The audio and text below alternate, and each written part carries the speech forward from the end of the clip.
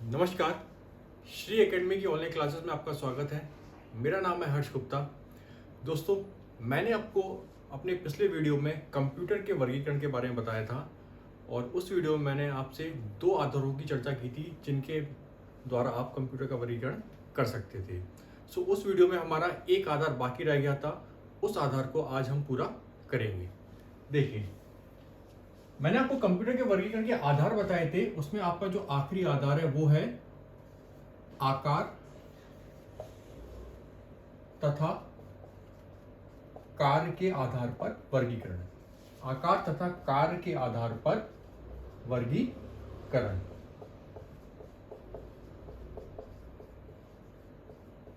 देखिए, इस आधार पर भी हम कंप्यूटर को विभिन्न प्रकारों में बांट सकते हैं। जैसे पहला आपका हो जाएगा माइक्रो कंप्यूटर,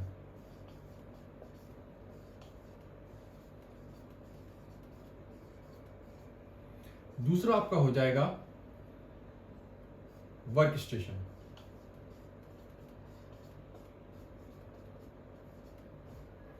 तीसरा आपका हो जाएगा मिनी कंप्यूटर, चौथा आपका हो जाएगा मेन फ्रेम,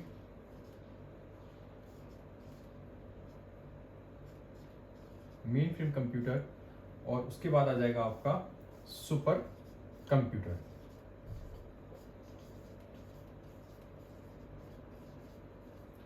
हम इन सभी प्रकारों को एक एक कर समझेंगे। सबसे पहले स्टार्ट करते हैं माइक्रो कंप्यूटर से।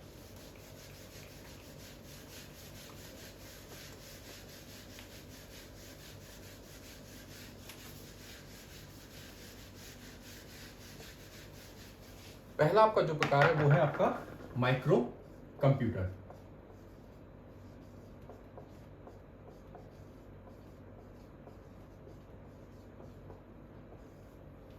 देखिए, माइक्रो कंप्यूटर क्या होता है।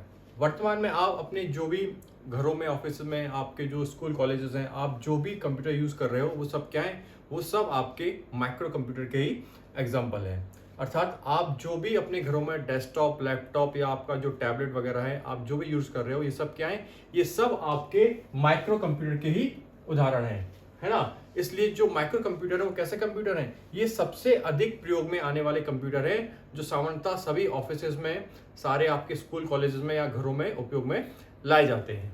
क्लियर है। अब जो माइक्रो कंप्यूटर है, इन्हीं को आप क्या बोलते हो, इन्हीं को आप पीसी बोलते हो। जो आपके पीसी है, पर्सनल कंप्यूटर, ये क्या है, ये बेसिकली माइक्रो कंप्यूटर ही है। आप अपने जो डेस्कटॉप, लैपटॉप, इनको क्या बोलते हो, आप पीसी बोलते हो। सो आपका पीसी क्या है, माइक्रो कंप्यूटर। आपको एक आइडिया लग गया होगा कि माइक्रो कंप्यूटर कैसा है, इसकी क्या विशेषताएं होती होंगी, है ना। जैसे अगर हम डेस्कटॉप का उदाहरण अपने दिमाग में रखें, माइंड में रखें, तो हम इसकी विशेषता लिख सकते हैं कि माइक्रो कंप्यूटर में क्या क्या विशेषताएं होंगी। जैसे माइक्रो कंप्यूटर में आपका कितने सीपीयू होंगे, माइक्रो कंप्यूटर में आपका एक ही सिंगल सीपीयू होगा, है ना। प्लस माइक्रो कंप्यूटर की जो संग्रहण क्षमता है तथा इसकी जो कार्य करने की गति है, ये अपेक्षाकृत कैसी होती है, ये अपेक्षाकृत कम होती है। अर्थात अगर हम जो आपके दूसरे प्रकार के कंप्यूटर के, जैसे आपका जो मिनी कंप्यूटर हुआ, मेन फ्रेम कंप्यूटर हुआ, सुपर कंप्यूटर हुआ, इनसे अगर तुलना करें तो आपके जो माइक्रो कंप्यूटर है, इनकी संग्रहण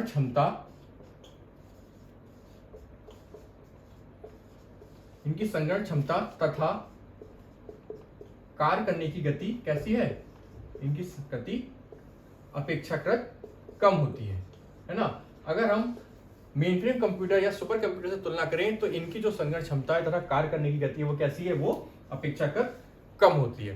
ठीक, आगे ये जो आपके माइक्रो कंप्यूटर है, इनमें एक बार में आपका एक ही व्यक्ति कार्य कर सकता है। ये पॉसिबल नहीं है कि आपके एक सिस्टम पे एक से ज्यादा लोग एक साथ कार्य कर पाए। ठीक है, जो मेन बात हमको ध्यान में रखनी है वो ये है कि माइक्रो कंप्यूटर में आप माइक्रो प्रोसेसर का प्रयोग करते हो। किसका प्रयोग करते हो, माइक्रो कंप्यूटर में आप माइक्रो प्रोसेसर का प्रयोग करते हो। ठीक है, आपके माइक्रो कंप्यूटर में किसका प्रयोग होता है, आपके माइक्रो कंप्यूटर में माइक्रो प्रोसेसर का प्रयोग होता है। ये बात आपको ध्यान रखनी है। अब माइक्रो कंप्यूटर है जो आपका, इसकी प्रकार देख लेते हैं। इसको भी आप कई प्रकार में बांट सकते हो।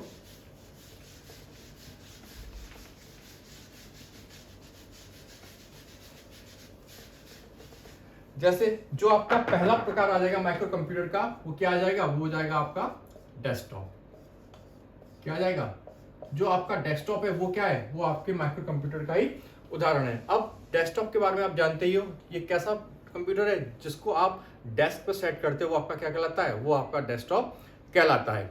तो डेस्कटॉप है, उसमें क्या है, उसमें आपका एक सिंगल सीपीयू होता है ना, एक आपका मॉनिटर होगा, एक आपका कीबोर्ड होगा और एक आपका माउस होगा, और आप इन सभी भागों को अलग अलग देख सकते हो। ठीक है, जो आपका डेस्कटॉप है ये कीमत कैसी होती है, इसकी कीमत थोड़ी कम होती है, बहुत ज़्यादा महंगा नहीं होता, पर चूंकि आकार में थोड़ा बड़ा होता है इसलिए आप इसे आसानी से एक जगह से दूसरी जगह नहीं ले जा सकते। सो ये आपका क्या है, ये है आपका डेस्कटॉप। जो माइक्रो कंप्यूटर का ही दूसरा प्रकार है वो है आपका लैपटॉप। लैपटॉप के बारे में आप जानते ही हैं, लैपटॉप क्या है, लैपटॉप आपका एक पोर्टेबल कंप्यूटर है जिसे आप आसानी से एक जगह से दूसरी जगह पर ले जा सकते हो, है ना। इसे आप अपनी गोदी में रख के भी इस प्रकार कर सकते हो। सो ये आपका जो लैपटॉप है इसमें भी क्या है, इसमें भी आपको एक मॉनिटर स्क्रीन मिलेगी, एक आपका कीबोर्ड पैड होगा, एक आपका माउस पैड होगा, है ना। पर ये सब कैसे होते हैं, ये सब सम्मिलित रूप में मिलते हैं, आप इनको अलग अलग नहीं देख सकते। ठीक है, दूसरा पावर के लिए हम किसका यूज करते हैं लैपटॉप में, पावर के लिए हम इसमें बैटरी का प्रयोग करते हैं। ठीक है, ये आपका क्या है, ये है आपका लैपटॉप। इसी प्रकार आपका जो अगला प्रकार आ जाएगा माइक्रो कंप्यूटर का, वो है आपका पाम टॉप। क्या है, पाम टॉप।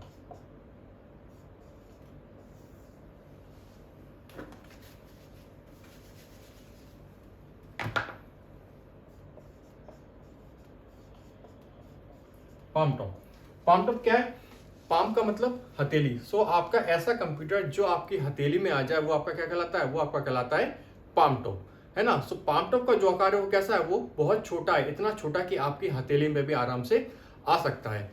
ये आपका क्या कहलाता है, पाम टॉप। अब जो पाम टॉप होता है, अगर डेस्कटॉप या लैपटॉप से तुलना करें तो पाम टॉप के अंदर आप बहुत सीमित कार्यों को ही कर सकते हो। जैसे आपका कैलेंडर हो गया, है ना, जैसे आपका कैलेंडर हो गया, आपका फोन बुक हो गया, फोन बुक को मैनेज करना है। सो आपके कुछ लिमिटेड काम ही हैं जो आप पाम टॉप के थ्रू कर सकते हो। इसके पाम टॉप के द्वारा आप बहुत ज्यादा कार्यों को परफॉर्म नहीं कर सकते, इसलिए इसका उपयोग कम होता है।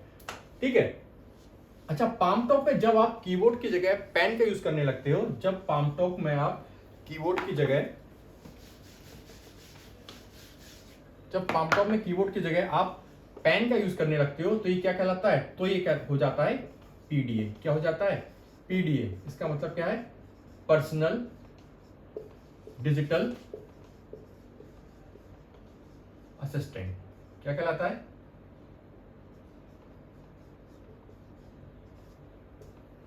जब पाम टॉप में आप कीबोर्ड की जगह पेन का यूज करने लगते हो तो ये आपका क्या कहलाता है, ये आपका कहलाता है पीडीए। पीडीए यानी पर्सनल डिजिटल असिस्टेंट।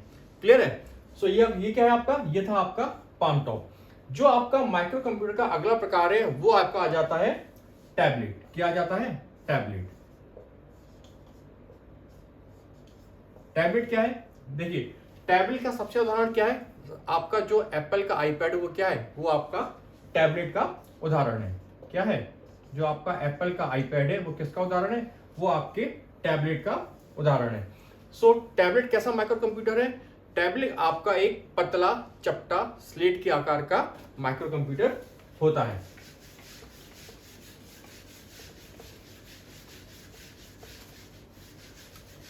देखिए जो टैबलेट है आपका, ये कैसा होता है, आपका जो बेसिकली आईपैड है कैसा होता है, स्लेट के आकार का कैसा चपटा और पतला कंप्यूटर आपका होता है क्या, टैबलेट। सो जो टैबलेट है इसमें क्या होता है, इसमें आपकी टच स्क्रीन या ग्राफिक्स टेबल लगी हो नहीं बनी होती है कुछ ऐसे आपके टैबलेट पे आइकन बने होते हैं जिन्हें आप अपनी उंगली के द्वारा या पेन के माध्यम से संचालित कर सकते हो। ठीक है, सो ये आपका क्या कहलाता है, ये आपका कहलाता है टैबलेट।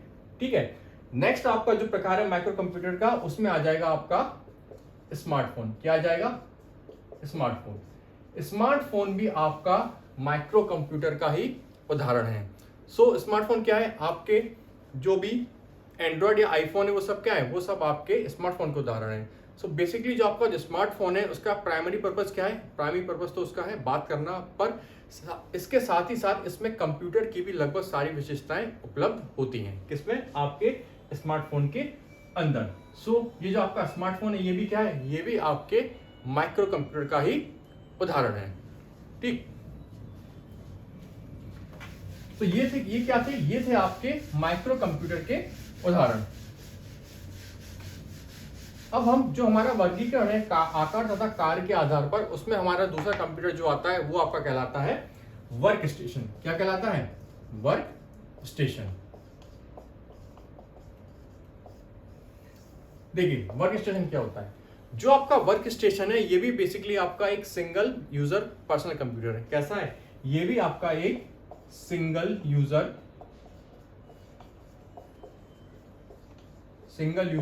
पीसी है। कैसा है? ये भी आपका एक सिंगल यूजर पर्सनल कंप्यूटर ही है। अगर आपके सामने वर्क स्टेशन और एक माइक्रो कंप्यूटर को रख दिया जाए, एक पीसी को रख दिया जाए, तो शायद आप उसमें डिफरेंशिएट ना कर पाए। ठीक है, पर जो आपका वर्क स्टेशन है और आपका जो सामान्य पीसी है उसमें कुछ अंतर होते हैं। जैसे आपका जो वर्क स्टेशन है इसमें जो आपका माइक्रो प्रोसेसर है, वर्क स्टेशन का आपका जो माइक्रो प्रोसेसर है वो कैसा होता है? वो ज्यादा शक्तिशाली होता है। कैसा होता है? वो ज्यादा पावरफुल होता है। जो आपका वर्क स्टेशन का माइक्रो प्रोसेसर होता है वो कैसा होता है? वो आपका ज्यादा पावरफुल होता है। प्लस इसके अंदर आप जिस मॉनिटर का प्रयोग करते हो उसका रिजोल्यूशन भी कैसा होता है? उसका रिजोल्यूशन भी बहुत ज्यादा होता है। अगर आप सामान्य पीसी की तुलना करें तो आप वर्क स्टेशन में जिस मॉनिटर का प्रयोग करते हो उसका रिजोल्यूशन कैसा होता है? उसका रिजोल्यूशन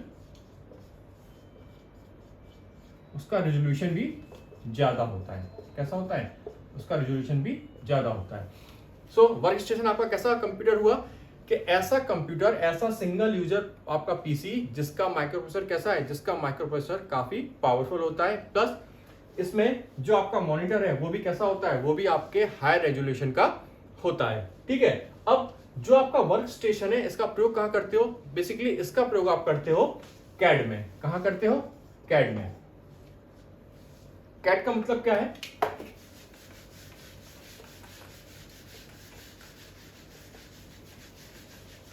देखिए कैड का फुल फॉर्म है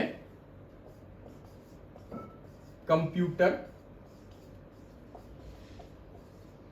एडेड डिजाइन। क्या है?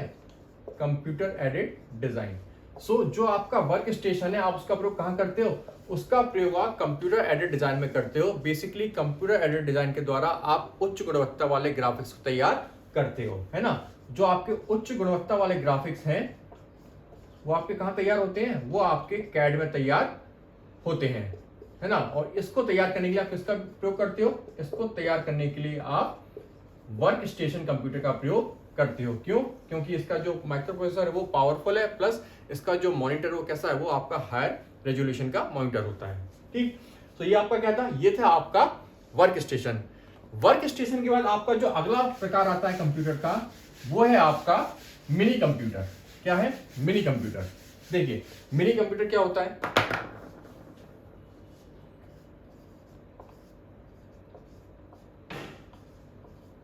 मिनी कंप्यूटर, देखिए जो आपका मिनी कंप्यूटर है ये कैसा है? ये आपका मध्यम आकार का सामान्य उद्देश्य कंप्यूटर है। कैसा है? ये आपका मध्यम आकार का सामान्य उद्देश्य कंप्यूटर है। ठीक है,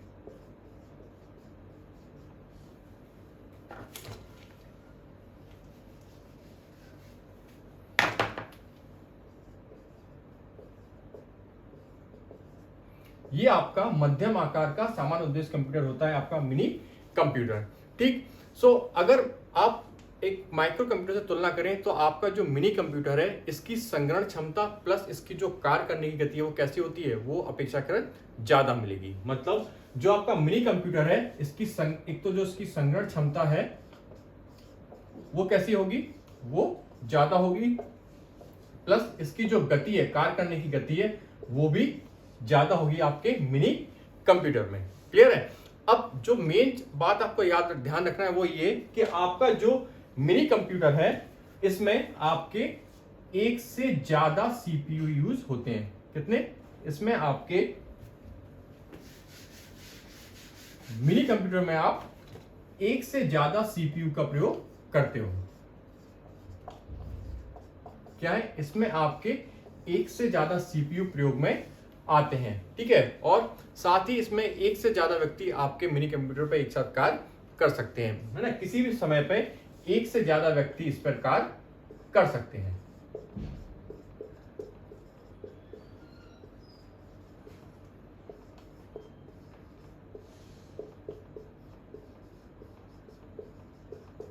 तो मिनी कंप्यूटर क्या हुआ आपका? आपका ऐसा कंप्यूटर जिसकी संग्रह क्षमता तथा जिसकी कार्य करने की गति अपेक्षाकृत अधिक होती है। इसमें आप एक से ज्यादा सीपीयू का प्रयोग करते हो तथा इसमें एक समय में आपके एक से ज्यादा व्यक्ति कार्य कर सकते हैं। ठीक है, सो जो आपका मिनी कंप्यूटर है, बेसिकली इसका यूज कहां करते हो? इसका यूज आप सामान्यतः जो आपके बैंक हैं या आपके जो ऑफिस है, सरकारी ऑफिस हैं, वहां पर आप मिनी कंप्यूटर का प्रयोग करते हो। वहां पे आपके मिनी कंप्यूटर प्रयोग में लाए जाते हैं। सो ये था आपका क्या? Mini computer. इसके बाद जो आपका अगला प्रकार आता है वो है आपका मेन फ्रेम कंप्यूटर। क्या है? Main frame computer.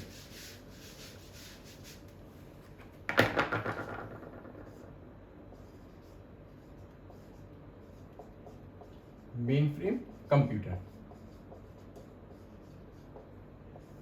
देखिए मेन फ्रेम कंप्यूटर क्या है? जो आपके मेन फ्रेम कंप्यूटर है ये आकार में बहुत बड़े होते हैं। कैसे होते हैं? ये आपके आकार में बहुत बड़े होते हैं। ठीक है, साथ ही इनकी जो संग्रहण क्षमता है, तथा जो कार्य करने की गति है वो भी कैसी होती है? वो भी बहुत ज्यादा होती है। जो आपके मेन फ्रेम कंप्यूटर हैं ये आकार में बहुत बड़े होते हैं। बेसिकली आपके जो सुपर कंप्यूटर हैं उनका विकास इन्हीं के बाद किया गया है। मेन फ्रेम कंप्यूटर से ही आपका आगे का जो सुपर कंप्यूटर आया है। ठीक है, तो ये आकार क्या है? ये आकार में आपके काफी बड़े हैं, प्लस इनकी संग्रहण क्षमता तथा गति कैसी है? वो भी काफी ज्यादा होती है। ठीक है, मेन फ्रेम कंप्यूटर में आपके एक बार में कई सारे व्यक्ति कार्य कर सकते हैं, है ना। मेन फ्रेम कंप्यूटर में आप एक बार में आपके कई सारे व्यक्ति आपके मेन फ्रेम कंप्यूटर में एक साथ कार्य कर सकते हैं।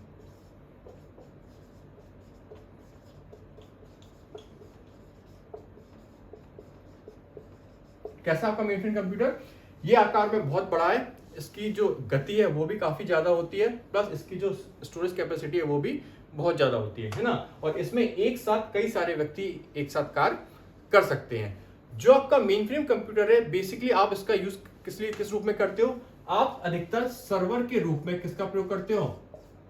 आप जो सर्वर कंप्यूटर के रूप में किसी कंप्यूटर का प्रयोग करते हो तो वो बेसिकली आपका मेन फ्रेम कंप्यूटर ही होता है। मेन फ्रेम कंप्यूटर को ही आप एज ए सर्वर प्रयोग करते हो, है ना। जैसे मान लो आपका जो रेलवे आरक्षण का सर्वर है जिसके थ्रू आप ऑनलाइन रिजर्वेशन कराते हो, तो बेसिकली वहां जो सर्वर काम कर रहा है, वहां आपका जो सर्वर कंप्यूटर काम कर रहा है, तो वो बेसिकली क्या है? वो आपका एक मेन फ्रेम कंप्यूटर ही होता है ना। सर्वर क्या है? देखिए सर्वर कंप्यूटर कोई प्रकार नहीं है, बेसिकली कंप्यूटर का एक फंक्शन है जो क्या करता है। सर्वर आपका ऐसा कंप्यूटर होता है जो बहुत सारे कंप्यूटर से निर्मित नेटवर्क को क्या है? ऑपरेट करता है। ऐसे नेटवर्क ऑपरेट करता है जिसमें बहुत सारे कंप्यूटर जुड़े हुए हो। ठीक है, सो जो आपका मेन फ्रेम कंप्यूटर वो क्या करता है? वो एज ए सर्वर काम करता है आपके, जैसे आपको मैंने एग्जांपल दिया किसमें? रेलवे आरक्षण के केस में, है ना। इसके अलावा आपके जो रिसर्च इंस्टीट्यूट है या आपके बड़े बड़े जो एकेडमिक इंस्टीट्यूट हैं वो क्या है? वहां पर भी आप मेन फ्रेम कंप्यूटर का प्रयोग करते हो। क्लियर है? सो मेन फ्रेम कंप्यूटर क्या है ये आपको समझ में आया। इसके बाद आपका जो लास्ट कंप्यूटर आता है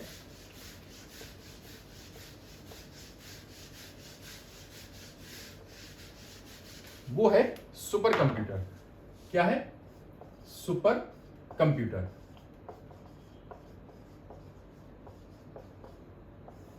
देखिए ये जो सुपर कंप्यूटर है ये दुनिया के सबसे बड़े तथा सबसे तेज कंप्यूटर है। कैसे कंप्यूटर है? ये दुनिया के सबसे बड़े तथा सबसे तेज कंप्यूटर है।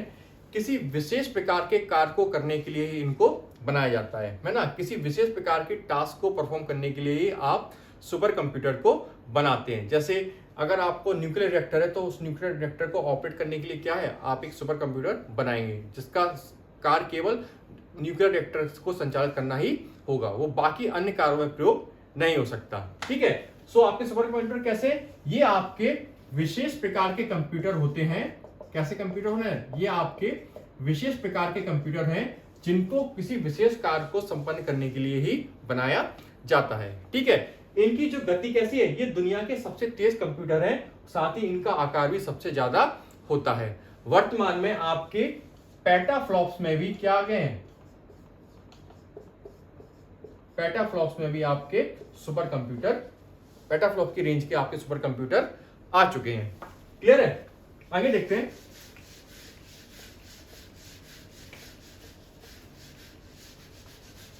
देखिए, जो आपका सुपर कंप्यूटर है बेसिकली इसमें आप समानांतर प्रोसेसिंग का प्रयोग करते हो। किसका प्रयोग करते हो, इसके अंदर आप समानांतर तकनीक का प्रयोग करते हो।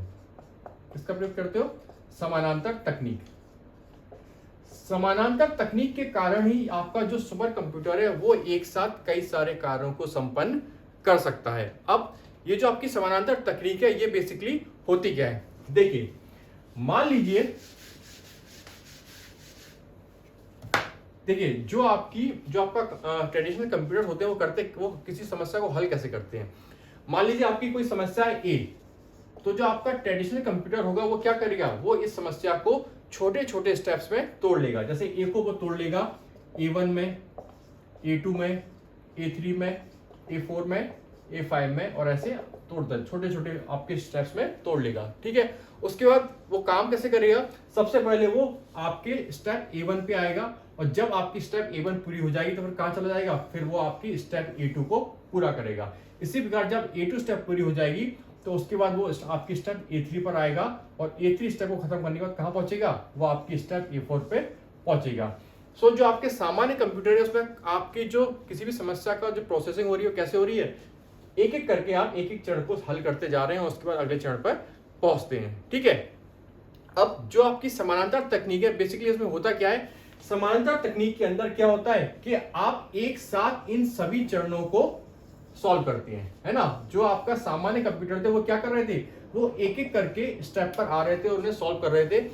पर जो आपका सुपर कंप्यूटर का केस है इसमें क्या है, इसमें आप पैरेलल प्रोसेसिंग यानी समानांतर तकनीक का प्रयोग कर रहे हो, जिसमें क्या है, जिसमें आपकी किसी भी समस्या के जितने भी चरण हैं उन पर क्या है, उन पर एक साथ कार्य होता है। और चूंकि सभी चरणों पे एक साथ एक ही समय में कार्य होगा, इसलिए आपकी जो कंप्यूटर की प्रोसेसिंग स्पीड कैसी हो जाएगी, वो काफी ज्यादा बढ़ जाएगी। इसलिए आपके जो सुपर कंप्यूटर है वो बहुत तेजी से कार्य कर सकते हैं। क्लियर हुआ। सो आपके सुपर कंप्यूटर का तेज होने का कारण क्या है, उनके अंदर पैरेलल प्रोसेसिंग का होना, मतलब किसी भी समस्या के सभी चरणों को एक साथ हल करने की क्षमता। इसी वजह से आपके सुपर कंप्यूटर बहुत तेजी से रिजल्ट देते हैं। क्लियर है, तो ये था आपका सुपर कंप्यूटर। अब जो आपके सुपर कंप्यूटर है इनके द्वारा आप सूक्ष्म से सूक्ष्म या बड़ी से बड़ी गणनाओं को बहुत आसानी से बहुत जल्दी कर सकते हैं, है ना। बहुत से आपके ऐसे जटिल समीकरण हैं जिनको सुपर कंप्यूटर के द्वारा ही सॉल्व किया जा सकता है। ठीक, सुपर कंप्यूटर बेसिकली इनका यूज कहाँ होता है, देखिए सुपर कंप्यूटर का यूज अभी मैंने आपको बताया था कि ये किसी विशिष्ट कार्य को संपन्न करने के लिए ही बनाए जाते हैं। जैसे मान लीजिए हो सकता है आपकी जो मौसम की भविष्यवाणी है, तो उसके लिए भी क्या है, उसके लिए भी आप सुपर कंप्यूटर का प्रयोग करते हो, है ना। सुपर कंप्यूटर के माध्यम से ही अब आप मौसम का अनुमान सटीकता से लगा सकते हो। तो मौसम की भविष्यवाणी के क्षेत्र में आपके जो वेदर फोरकास्टिंग की फील्ड है वहाँ पे आप सुपर कंप्यूटर का प्रयोग कर सकते हो। ठीक है, इसी प्रकार आपको जैसे बताया मैंने, आप न्यूक्लियर रिएक्टर के क्षेत्र में सुपर कंप्यूटर का प्रयोग कर सकते हो। आपके जो अनुसंधान या रिसर्च है वहाँ भी आप सुपर कंप्यूटर का प्रयोग करते हो। सो अलग अलग क्षेत्र में किसी विशेष कार्य को संपन्न करने के लिए आप सुपर कंप्यूटर का प्रयोग करते हो। क्लियर है। सो आपको समझ में आया सुपर कंप्यूटर क्या है, कि आपके दुनिया के सबसे बड़े और सबसे तेज कंप्यूटर हैं। इनकी स्टोरेज क्षमता बहुत ज्यादा है, ये बहुत तेज गति से कार्य करते हैं। आपके सूक्ष्म से सूक्ष्म तथा बड़े से बड़ी जटिल गणनाओं को ये आसानी से सॉल्व कर सकते हैं। ठीक, इनके अंदर किसका प्रयोग होता है, इनके अंदर समानांतर तकनीक का प्रयोग होता है, जिस वजह से ये किसी कार्य को बहुत जल्दी कर पाते हैं। क्लियर है। और इनका अलग अलग क्षेत्रों में जैसे वेदर फोरकास्टिंग हुआ, आपका रिसर्च हुआ, आपका न्यूक्लियर रिएक्टर्स हुआ, ऐसे क्षेत्रों में आपके सुपर कंप्यूटर का प्रयोग किया जाता है। क्लियर है। सो ये आपका कंप्यूटर के वर्गीकरण का आधार था जो अब समाप्त हो गया है। आपके कंप्यूटर के जितने आधार थे वो अब कंप्लीट हो चुके हैं और इसी के साथ आपका ये टॉपिक है ये भी समाप्त हो चुका है। अगले टॉपिक में हम लोग जल्दी मिलेंगे। Thank you.